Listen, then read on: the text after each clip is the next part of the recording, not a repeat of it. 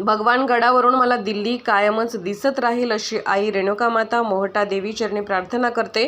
तसेच बीड लोकसभेची निवडणूक ही कुठल्या एका जाती धर्माची लोक नसून जाती आणि धर्माच्या भिंतीच्या पलीकडे बीड लोकसभेला माझ्या विरुद्ध दिलेला उमेदवार कुणीही असेल त्या व्यक्तीच्या विचारधारेशी आणि बीड जिल्ह्याच्या विकासाची निवडणूक असेल, असे प्रतिपादन भाजपा नेत्या पंकजा मुंडे यांनी पाथर्डी दौऱ्यावर असताना श्री क्षेत्र मोहटा देवी येथे पत्रकार परिषदेत केले। भाजप नेत्या पंकजा मुंडे यांचे मुंडे समर्थकांनी पाथर्डी ते मोहटा देवी भव्य रॅली काढत जेसीबीतून फुलांची उधळण करत आणि क्रेनच्या साहाय्याने मोठा हार घालत स्वागत केले। तसेच मुंडे समर्थक असलेले प्रदूषण आयुक्त दिलीप खेडकर, डॉक्टर मनोरमा खेडकर यांच्याकडून पंकजा मुंडे यांना बीड लोकसभेची उमेदवारी मिळाल्याबद्दल नवस्फूर्ती म्हणून मोहटा देवीला 1.5 किलो चांदीचा मुकुट पंकजा मुंडे यांच्या हस्ते अर्पण करण्यात आला।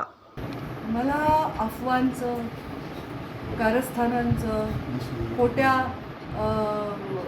विषयांचं आव्हान असेल। व्यक्तीसमोरचा आहे तो काही माझा शत्रू नाही, बिचारा तो जो कोणी असेल, तो कोणत्याही पक्षातून उभा राहिला असेल तर तो काही माझा शत्रू नाही, तो निवडणुकीत एका विचारांवर लढतो। मग मला त्यांचं कधीच आव्हान नसणार। मला आव्हान असेल की जे बुद्धिभेद होईल त्याचं आव्हान असेल, बाकी आमच्या रेणुका माता मोहटा देवीचं दर्शन घेतलेलं आहे। मुंडे साहेबांची अपार श्रद्धा मोहटा देवीवर होती। मी अगदी लहान असल्यापासून मोहटा देवीला येते। पहिले आम्ही पायऱ्या चढून यायचो, आज मंदिराचा एवढा सुंदर डोलारा उभा आहे, भाविकांसाठी छान सोय झालेली आहे। मी मनोभावे रेणुका मातेची प्रार्थना केली।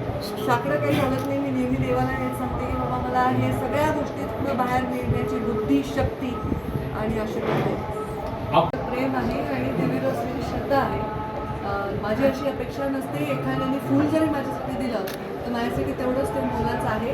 पण खेडकर परिवाराने एक चांदीचा मुकुट देवीला अर्पण केला आहे। मी म्हटलं अजून तो फक्त उमेदवारी जाहीर झाली, निकाल लागल्यावर काय अर्पण करायचं ते ठरवा। मुंडे साहेबांचा जो गोपीनाथ गड तयार केला त्याला सुद्धा गड ऊर्जेचा, आशेचा आणि प्रेरणेचा असं म्हटलं तर प्रेरणा मिळते।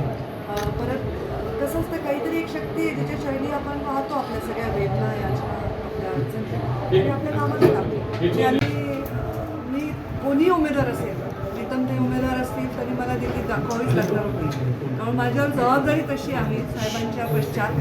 त्यामुळे मला जे साहेबांना दिसत होतं कदाचित ते दिसत राहावं अशी रेणुका मातेला प्रार्थना आहे।